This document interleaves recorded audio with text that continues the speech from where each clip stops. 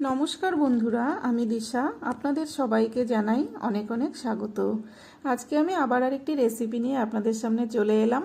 আর এখন তো এই রেসিপিটা প্রত্যেকের বাড়িতেই হবে। তো আজকে আমি করে দেখাবো বিয়েবাড়ির স্টাইলে এঁচোড় চিংড়ি। তো এখানে আমি এঁচোড়টাকে কিন্তু একদম ছোট ছোট টুকরো করেই কেটে নিয়েছি। কেটে ধুয়ে নিয়ে এখন প্রেসার কুকারে সামান্য জল দিয়ে ওর মধ্যে এঁচোড়গুলো দিয়ে নুন আর হলুদ দিয়ে কিন্তু আমি ভাপে বসিয়েছি। আমি একটা সিটি দিয়ে নামিয়ে নেব। তো এদিকে বসিয়ে দিয়ে একটা মশলা করে নিলাম। এখানে একটা পেঁয়াজ কুচি, 4-5 টুকরো আদা আর 5-6 কোয়া রসুন খুব ভালো করে একসঙ্গে পেস্ট করে নিয়েছি। আর দেখুন, চিংড়ি মাছগুলোকেও কিন্তু আমি কেটে ধুয়ে পরিষ্কার করে নুন আর হলুদ মেখে নিলাম। নিয়ে এদিকে কড়াটা বসিয়ে দিয়ে কড়াতে পরিমাণ মতো সর্ষের তেল দিয়ে এখন চিংড়ি মাছগুলোকেও ভেজে নিচ্ছি। খুব সুন্দর করে এভাবে ভেজে নেব। আর চিংড়ি মাছ কিন্তু একটু হালকা করেই ভাজতে হবে। খুব বেশি কড়া করে ভাজলে পরে কিন্তু চিংড়ি মাছগুলো শক্ত হয়ে যায়। তো মাছগুলো তুলে নিলাম ভেজে। এখন এই তেলের মধ্যে আমি এই যে ঠিক একইভাবে এঁচোড় যেভাবে কেটেছি সেরকমই ছোট ছোট টুকরো করে আলুগুলোও কেটে নিয়েছি।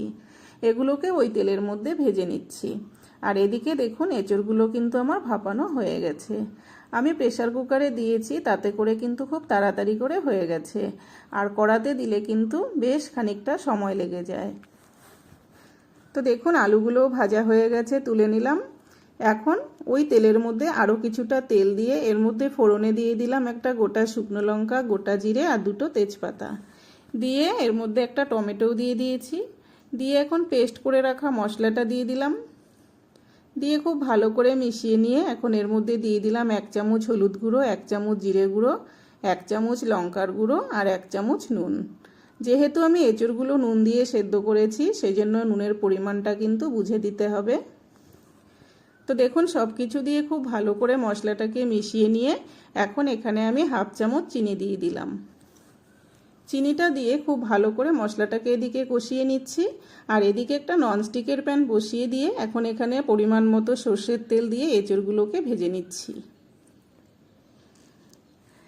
এঁচোড়গুলো ভাজতে আমি ভুলে গিয়েছিলাম, সেই জন্য আমি পাশে কিন্তু এঁচোড়গুলো ভাজতে বসিয়ে দিয়েছি। এদিকে এঁচোড়ও ভাজা হচ্ছে আর মশলাটাও কষানো হয়ে যাচ্ছে। সামান্য নুন আর হলুদ দিয়ে এখন এঁচোড়গুলোকে খুব ভালো করে একটু ভেজে নেব।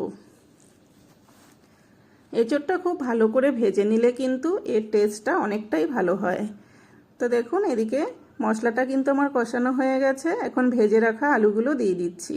যেহেতু এঁচোড়গুলো অনেকটাই সেদ্ধ হয়ে গেছে, সেজন্য আমি মশলার সাথে আলুগুলো দিয়ে খুব ভালো করে কষিয়ে নেব। এতে করে আলুগুলো অনেকটাই সেদ্ধ হয়ে যাবে।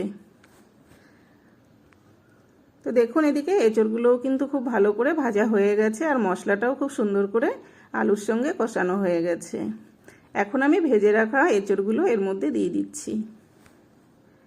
দিয়ে আলু মশলা সব কিছুর সাথে এঁচোড়গুলোকেও খুব ভালো করে এভাবে মিশিয়ে নেব। খুব সুন্দর করে নেড়েচেড়ে এভাবে মিশিয়ে নেব। এতে করে কিন্তু এঁচোড়ের মধ্যে মশলাটা খুব ভালো করে ঢুকে যাবে। সামান্য একটু জলও দিয়ে দিলাম। জলটা দিয়ে একদম মাখা মাখা করে ঠিক মাংসর মতো করেই কিন্তু কষিয়ে নেব।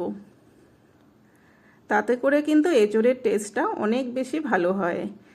তো দেখুন, খুব সুন্দর করে এভাবে এখন বেশ কিছুক্ষণ কষিয়ে নিচ্ছি। তো ভালো করে কষানো হয়ে গেছে। এখন আমি পরিমাণ মতো জল দিয়ে দিচ্ছি। এঁচোড় কিন্তু জল অনেকটাই টেনে নেয়, সেই জন্য কিন্তু ঝোলের পরিমাণটা বুঝে দিতে হবে। আপনারা কি পরিমাণে ঝোল রাখবেন ঠিক সেই আন্দাজ মতোই জল দিতে হবে। তো আমি জল দিয়ে খুব ভালো করে কিন্তু এঁচোড়গুলোকে ফুটিয়ে নিয়েছি। ঝোলটা খুব ভালো করে ফুটে গেছে। এখন আমি ভেজে রাখা চিংড়িগুলো দিয়ে দিলাম। চিংড়িগুলো দিয়ে এখন আমি আরও কিছুক্ষণ ফুটিয়ে নিয়ে এখন এখানে দিয়ে দিলাম 4টে চেরা কাঁচা লঙ্কা আর সামান্য একটু গরম মশলার গুঁড়ো দিয়ে খুব ভালো করে এভাবে মিশিয়ে নিচ্ছি। এখন নামানোর আগে 1/2 চামচ মতো ঘি দিয়ে দিলাম। ঘিটা আপনারা দিলে দিতেও পারেন, পছন্দ না হলে নাও দিতে পারেন। তো দেখুন, আমার কিন্তু এঁচোড় চিংড়ি একদম রেডি। রেসিপিটি আপনাদের কাছে কেমন লাগলো? যদি ভালো লেগে থাকে লাইক, কমেন্ট, শেয়ার করবেন, পেজটিকে ফলো করবেন। আর ইউটিউব থেকে যারা দেখছেন আমার চ্যানেলটাকে সাবস্ক্রাইব করে সাথে থাকবেন।